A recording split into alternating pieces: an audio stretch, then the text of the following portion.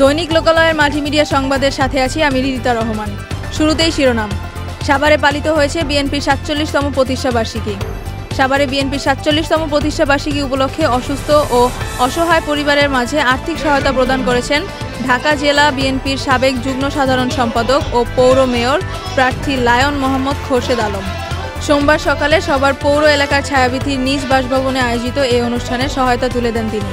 অনুষ্ঠানে সভাপতিত্ব করেন সাভার পৌর বিএনপির সহসভাপতি আব্দুল গফুর বাবুল। এ সময় উপস্থিত ছিলেন ৮ নং ওয়ার্ড কাউন্সিলর প্রার্থী মোশাররফ হোসেন মোল্লা, ৭ নং ওয়ার্ড কাউন্সিলর প্রার্থী ইউনুস খান, ১ নং ওয়ার্ড কাউন্সিলর প্রার্থী মনিবুর রহমান চম্পক ও পৌর ছাত্রদল নেতা তাজ খান নাইম সহ বিএনপির অঙ্গ সহযোগী সংগঠনের বিভিন্ন নেতাকর্মীরা। বিএনপির ৪৭তম প্রতিষ্ঠাবার্ষিকীতে দুস্থ ও অসহায় পরিবারের পাশে দাঁড়িয়ে সাভারে ব্যতিক্রমী উদ্যোগ গ্রহণ করা হয়।